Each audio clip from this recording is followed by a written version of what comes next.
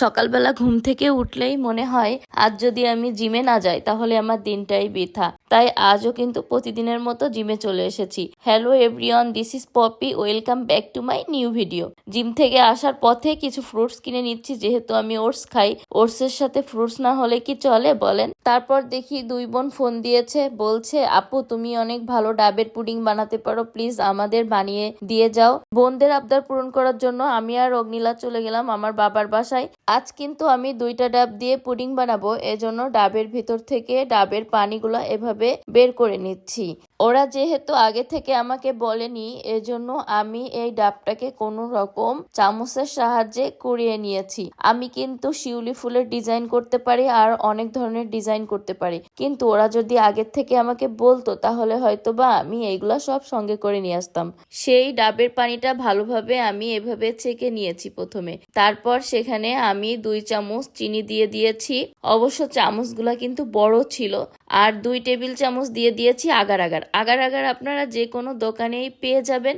এটা দেওয়ার পর কিন্তু ভালোভাবে এভাবে মিক্সড করে নিতে হবে। প্রথম পর্যায়ে কিন্তু আপনারা এটা চুলার উপর দিবেন না, তাহলে কিন্তু আগার আগার জমাট বাঁধবে না। আমি কিন্তু চিনির সাথে আগার আগারটা এভাবে খুব ভালোভাবে অনেকক্ষণ যাবত মিক্সড করে নিয়েছিলাম। মিক্সড করা হয়ে গেলে আমি চুলাটা ধরিয়ে দিয়েছি। আর আপনারা চাইলে যে কোনো ধরনের ফুড কালারও অ্যাড করতে পারেন, দেখতে একটু সুন্দর লাগবে এজন্য। তো আমি মনে করি যে কোনো ফুড কালার ব্যবহার না করাই ভালো। ডাবের যে ন্যাচারাল যেই পানির কালারটা, এটা কিন্তু অনেক ভালো লাগে। তারপর কিন্তু এটা আমি চুলার উপর যখন এটা জাল দিচ্ছিলাম, তখন প্রায় যখন হয়ে আসছিল, তারপর কিন্তু আমি ডাবের শাঁসগুলো এভাবে দিয়ে দিয়েছিলাম। আপনারা চাইলে কিন্তু এটা সবার শেষেও দিতে পারেন, কিন্তু আমি তারপর এখন দিয়ে দিচ্ছি কারণ টেস্টটা যেন ভালো আসে। তারপর মাত্র একটা বলক হওয়ার সঙ্গে সঙ্গে 2টা পাত্রের ভিতর আমি এভাবে ঢেলে দিলাম। এইভাবে ঢেলে আমি ফ্যানের নিচে রেখে দিয়েছিলাম প্রায় আধা ঘন্টা। তারপর যখন এটা একদম জমাট বেঁধে গিয়েছিল, 20 মিনিটের জন্য ফ্রিজে রেখে দিয়েছিলাম। কারণ ফ্রিজে রেখে দিলে কিন্তু যে কোনো পুডিং খুব ভালোভাবে সেট হয়। তারপর কিন্তু আমি এটাকে সার্ভ করেছিলাম।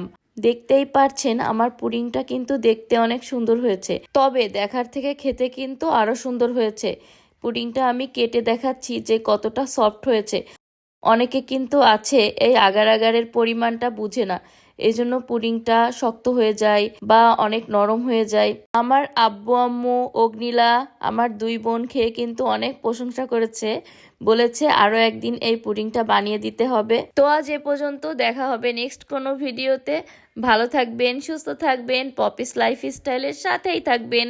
Good bye.